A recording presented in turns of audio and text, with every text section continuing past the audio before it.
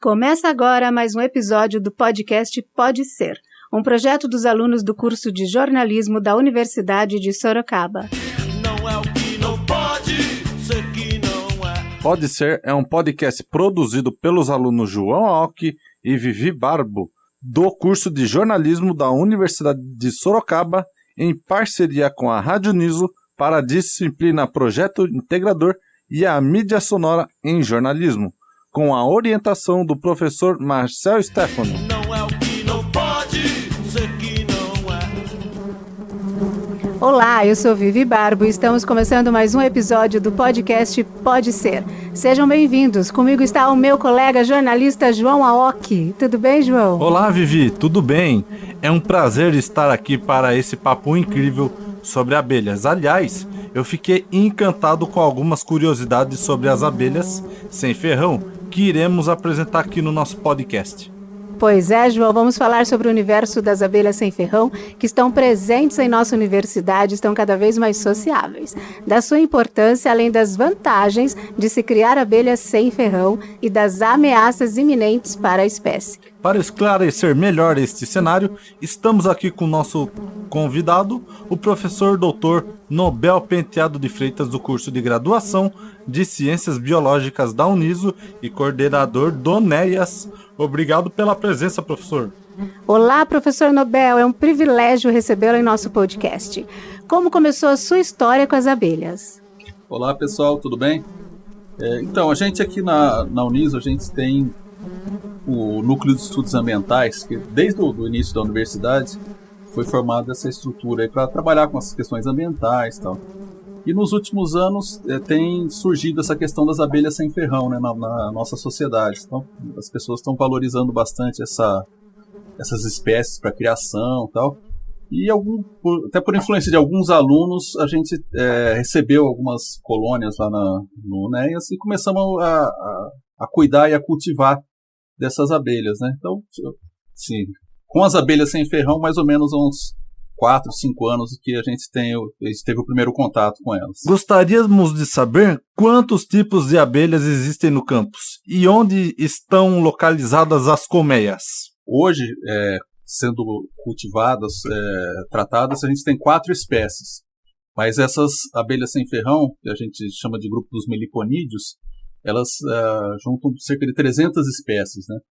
Onde que elas estão? Hoje a gente tem no NEAS, que é o Núcleo de Estudos Ambientais, que fica numa ponta aqui do campus.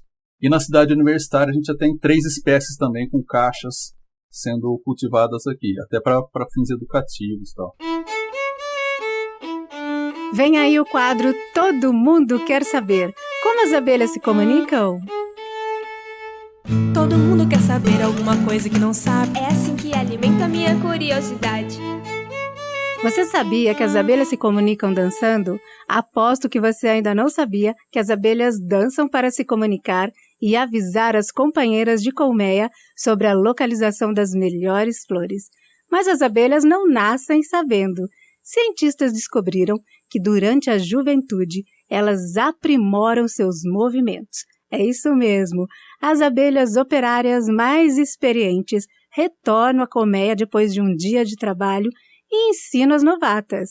Esse período de aprendizado acontece quando a jovem operária tem cerca de 8 dias de idade. Cientistas também descobriram que o treino é crucial para que elas aperfeiçoem a técnica e com 20 dias de idade executem uma comunicação perfeita durante o voo. Vamos agora para um breve intervalo e voltamos já. Você sente o frio cortante do inverno se aproximando? Imagine agora aqueles que não têm como se aquecer, que não têm um agasalho para se proteger. É hora de fazer a diferença. Venha fazer parte dessa corrente do bem. Faça a sua doação na Uniso, localizada na cidade universitária. Não importa se são roupas de adultos ou infantis, mas precisam estar em boas condições. Abrace essa causa e espalhe o calor da solidariedade. Roupa boa, a gente doa. Uma campanha da Rádio Uniso realizada pela Alta Agência. Voltamos após um breve intervalo e nós estamos aqui com o professor Nobel Penteado. E quais as vantagens de se criar as abelhas e quais as ameaças iminentes para a espécie? Então, as abelhas é um tipo de inseto, né, que elas são bastante importantes no processo de polinização das plantas, né? A polinização é um processo fundamental para a formação da flor, fruto e semente.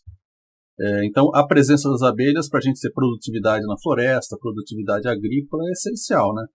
Então, a importância delas está muito relacionada a essa questão da polinização. Então, elas fazem parte de um ciclo ecológico. Quando a gente não tem esses animais, a produtividade dos vegetais tende a cair, tanto a produtividade de vegetais do ponto de vista econômico, agronômico, quanto dentro da floresta. Por exemplo, dentro da floresta, quando você diminui a quantidade de frutos silvestres, os animais também vão ter menos alimento, vão começar a diminuir. Então ocorre um problema, um impacto em cadeia, né? Então aí a importância delas é bastante destacada nessa questão da polinização. Hoje o que se coloca como o grande problema para esses animais é o uso indiscriminado de agrotóxicos, que como elas são polinizadoras, elas frequentam áreas agrícolas também, que passaram por pulverização com inseticidas ou outros agroquímicos. Isso acaba contaminando elas, muitas vezes acabando com as colônias. E outro grande problema é a destruição das áreas naturais. Elas são muito dependentes de áreas naturais, né? São espécies nativas do território brasileiro e que se desenvolveram, que evoluíram junto com as espécies nativas também. Então elas até sobrevivem em áreas urbanizadas, com espécies que não sejam totalmente nativas, mas elas têm uma preferência pelas espécies nativas, né? E vamos agora para mais um Todo Mundo Quer Saber. Todo mundo quer saber alguma coisa que não sabe. É assim que alimenta a minha curiosidade. Você sabia que as abelhas não voam no escuro? Elas praticamente despencam quando apagamos as luzes. Cientistas do Reino Unido revelam um hábito excêntrico das abelhas. Quando se apaga a luz do ambiente, elas simplesmente deixam de voar como se tivessem perdido a habilidade do voo. A ciência explica que o comportamento pode estar relacionado ao modo como as abelhas usam a posição do Sol para navegar de volta à colmeia. E assim que o Sol se põe abaixo do horizonte, elas param de se mover imediatamente. Estudos apontam que o comportamento também pode estar relacionado a outra teoria, sugerindo uma resposta aos grandes predadores. Diante da sombra do suposto predador, a reação imediata da abelha seria cair no chão, onde teria menos chance de ser vista. Todo mundo quer saber alguma coisa que não sabe. É assim que alimenta a minha curiosidade. Qual a importância das abelhas para o nosso ecossistema? Tem uma importância muito grande no processo de polinização das espécies vegetais. Que, sim, são a base alimentar do ecossistema, são as espécies vegetais. E se elas têm uma produtividade maior, mais alta, elas acabam promovendo um ecossistema mais saudável, né? Então, se a gente passa a diminuir a quantidade dessas espécies, o mesmo tamanho das suas colônias, a gente acaba tendo uma diminuição da produtividade vegetal. Isso, de alguma forma, compromete os ecossistemas, né? Então, ela é um dos elementos do ecossistema e ela faz parte desse ciclo ecológico, uma peça bastante importante. Criar abelhas sem ferrão dentro de casa e até em sacadas de apartamento já é possível? Quais seriam as recomendações para a criação das abelhas em um ambiente urbano? É possível, tem várias pessoas que já têm adotado essa prática em pets diferentes, né? Mas sim, tem que ter a caixa, né, que seria o abrigo para elas, não pode ficar a pleno sol, tem que ficar relativamente protegido do sol direto, de chuvas mais fortes e tal, e ter alguma vegetação no entorno da casa, né? Elas têm uma capacidade de ir atrás do néctar para a sua alimentação, para a manutenção das colmeias, mas tem que ter um pouco de vegetação próxima, até uns 100, 150 metros, mais ou menos, de onde elas estão instaladas. E água também. A água a gente pode colocar um recipiente que seria suficiente para elas se abastecerem de água, né?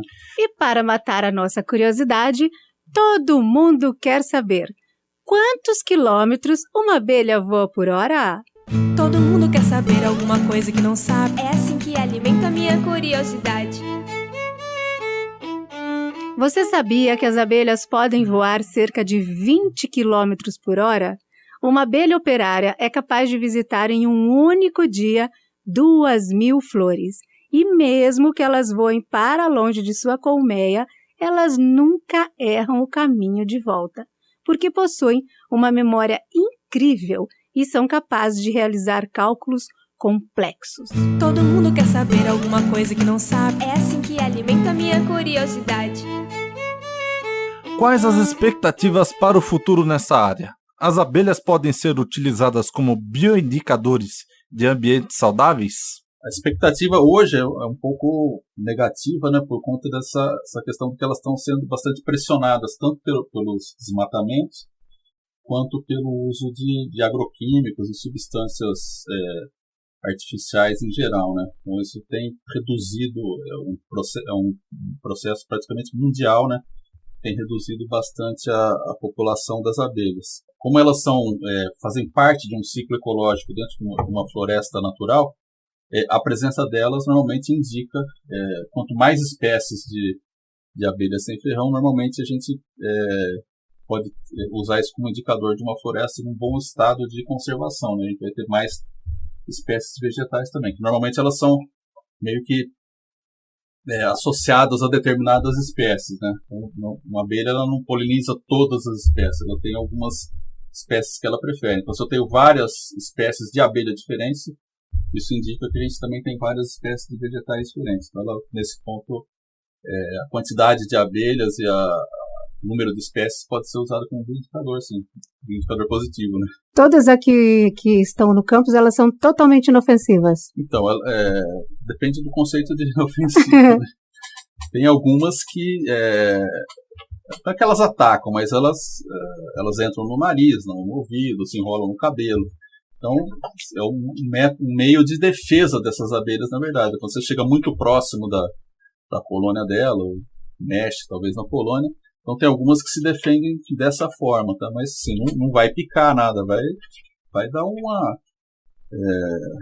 certo trabalho para retirar as abelhas, mas do ponto de vista de picada, elas não tem problema. Todo mundo quer saber. Todo mundo quer saber alguma coisa que não sabe. É assim que alimento a minha curiosidade. Você sabia que uma colônia pode suportar entre 20 e 60 mil abelhas com uma única rainha? A abelha rainha pode botar cerca de 200 mil ovos por ano e vive entre 2 e 3 anos. As abelhas se mantêm dentro das colmeias no inverno, em grande número, para se aquecerem e protegerem a rainha.